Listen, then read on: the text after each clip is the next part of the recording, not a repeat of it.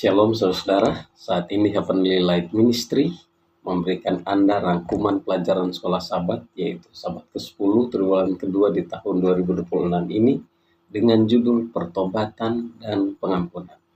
Ayat hafalan terdapat dalam 1 Yohanes pasal 1 ayat 9 yang berbunyi, "Jika kita mengaku dosa kita, maka Ia adalah setia dan adil, sehingga Ia akan mengampuni segala dosa kita dan menyucikan kita dari segala kejahatan." Sebelum kita lanjut, mari kita berdoa. Bapa di sorga, tolong kami dengan kuasa roh-Mu untuk boleh mengerti dan memahami firman-Mu melalui pelajaran sekolah Sabat, dan mampukan kami untuk menjadi pelaku firman. Di dalam nama Yesus kami berdoa dan bermohon. Amin. Pada minggu yang lalu kita telah belajar tentang dosa, bahwa dosa itu adalah pelanggaran terhadap hukum Allah sesuai dengan 1 Yohanes 3 ayat 4 yang berkata setiap orang yang berbuat dosa melanggar juga hukum Allah, sebab dosa ialah pelanggaran terhadap hukum Allah. Tapi ada juga dosa yang diajarkan dalam Alkitab, yaitu bila kita bertindak di luar iman, maka itu juga adalah dosa. Berdasarkan Roma pasal 14 ayat 23, dan segala sesuatu yang tidak berdasarkan iman adalah dosa. Ada lagi yang lain dalam buku Yakobus pasal 4 ayat 17. Ini memberikan kita informasi tentang apa itu dosa dalam Alkitab. Yakobus 4 ayat 17 berkata, "Jadi jika seorang tahu bagaimana ia harus berbuat baik, tetapi ia tidak melakukannya, ia berdosa."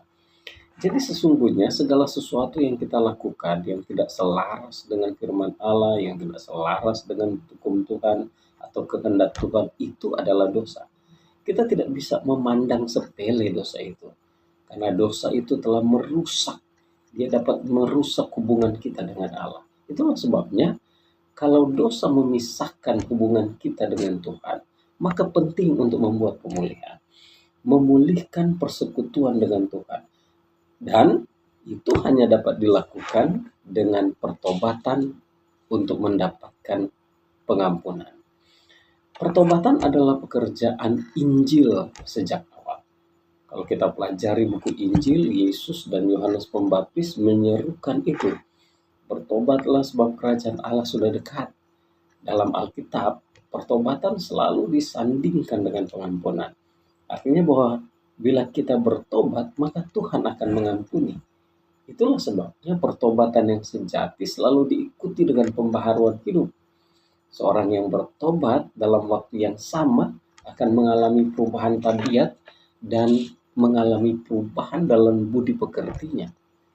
Kita sering mendengar bahwa pertobatan adalah merasa menyesal atas segala sesuatu yang buruk yang telah dilakukan dan untuk tidak melakukannya kembali. Artinya mengambil keputusan untuk tidak melakukannya kembali. Tetapi Alkitab menegaskan bahwa pertobatan itu adalah menempatkan Tuhan di satu tempat dan dosa di sisi yang lain. Bila kita berjalan, kehidupan kita berjalan menuju dosa dengan pandangan kepada dosa, dan Tuhan ada di belakang kita, maka bertobat adalah kita berbalik sekarang, membelakangi dosa dan berjalan menuju atau menghadap kepada Tuhan.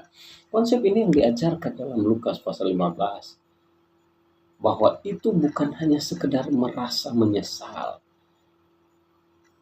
tetapi untuk apa yang kita telah lakukan. Jadi itu bukan hanya merasa menyesal untuk apa yang kita telah lakukan, tetapi pertobatan harus menghasilkan pemulihan, harus menghasilkan pembaharuan. Di situ peran Roh Kudus benar-benar sangat dibutuhkan. Tanpa pekerjaan Roh Kudus, kita akan ditekan dengan rasa bersalah, sehingga kita menjadi putus asa. Roh Kudus meyakinkan kita tentang dosa itu dan menuntun kita pada hubungan yang erat dengan Tuhan, bertumbuh di dalam hubungan dengan Tuhan. Sebab orang yang bertobat dan diampuni harus menghasilkan buah-buah pertobatan dalam hidupnya. Yohanes pasal 16 ayat 8 mengatakan bahwa dan kalau ia datang, roh kebenaran itu, ia akan menginsafkan dunia akan dosa, Itulah sebabnya kita diajak oleh Yesus dalam Yohanes 15 ayat 4, tinggallah di dalam aku. Sebab orang yang tinggal di dalam Yesus adalah orang yang akan menghasilkan buah-buah pertobatan. Semua orang yang mau memulihkan hubungan dengan Tuhan melalui pertobatan akan merasakan pengampunan yang sempurna dari Tuhan. Dan pengampunannya itu tidak perlu kita ragukan. Karena Tuhan adalah penyayang, pengasih, panjang sabar, dan berlimpah kasih setia. Mazmur 103:8 mengatakannya. Ayat hafalan kita juga menyebutkannya dalam 1 Yohanes 1 ayat 9. Bila kita mengaku dosa kita, maka Ia setia dan adil, akan mengampuni kita. Dan 2000 tahun yang lalu, salib mendemonstrasikan pengampunan itu. Satu pengampunan yang murni, keluar dari karakter Allah. Pengampunan yang tidak membutuhkan permohonan maaf dari si para pelanggar. Itu adalah pengampunan yang dilakukan oleh Yesus Kristus. Kita harus mengingat bahwa Yudas menyesal, merasa bersalah setelah ia mengkhianati Yesus. Matius pasal 27 ayat 3 mengatakan, pada waktu Yudas yang menyerahkan dia melihat bahwa Yesus telah dijatuhi hukuman mati, menyesal ia. Lalu ia mengembalikan uang yang 30 perak itu kepada imam-imam, kepala, dan tua-tua. Masalahnya adalah penyesalan yang dilakukan oleh Yudas tidak mampu membawa dia kembali kepada Tuhan. Berbeda dengan Petrus. Petrus menyangkal Yesus 3 kali. Tapi kesedihannya membawa dia kepada Tuhan dan mendapatkan pemulihan atau pembaharuan dari Tuhan. Kita ingat di Taman Eden, Adam dan Hawa melakukan pelanggaran. Dan itu cukup untuk mereka sadar bahwa mereka telanjang. Mereka menyemat daun pohon sebagai pakaian, tapi usaha untuk menutupi ketelanjangan mereka hanya sementara. Dan tidak menutupi secara sempurna. Tidak untuk selamanya. Berapa lama daun itu bisa bertahan melindungi mereka? Tapi Tuhan kemudian memberikan mereka pakaian dari kulit binatang yang kuat dan yang sempurna untuk menutupi ketelanjangan mereka. Kejadian 3:21 berkata, dan Tuhan Allah membuat pakaian dari kulit binatang untuk manusia dan untuk istrinya itu, lalu mengenakannya kepada mereka. Kulit itu diambil dari binatang yang dikorbankan untuk kesalahan mereka. Tuhan mengenakan pakaian itu kepada Adam dan Hawa. Tuhan membuat pakaian itu dan mengenakannya, memakaikannya kepada Adam dan Hawa. Itulah lambang pengorbanan Yesus sebagai anak domba Allah yang menghapus dosa isi dunia ini. Ini adalah lambang jubah kebenaran Yesus yang dipakaikan kepada kita sehingga kita bersih, bukan karena kita, tapi karena Tuhan yang penuh kasih itu. Saudaraku, bila ada orang yang mengakui dosa-dosanya, itu adalah respon terhadap dorongan Roh Kudus. Penyerahan diri melalui pertobatan adalah hal yang terpenting dalam memiliki hubungan yang hidup dengan Tuhan.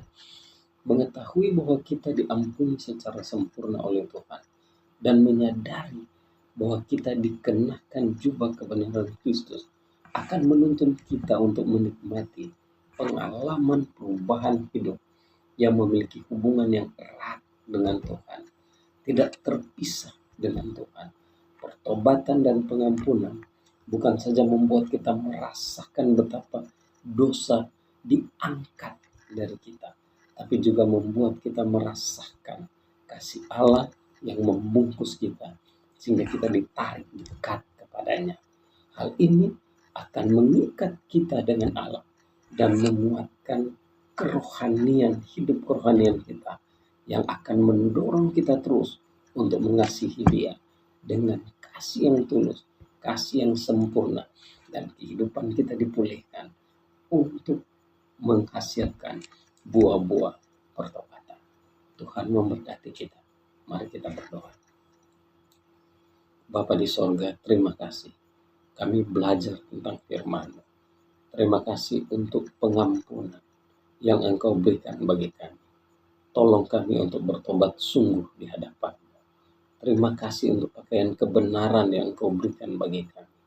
Dan tolong kami untuk menghidupkan kehidupan yang dekat dengan Tuhan, karib dengan Tuhan, erat dengan Tuhan, sehingga hidup kami memberikan buah-buah rohani untuk kemuliaan Tuhan.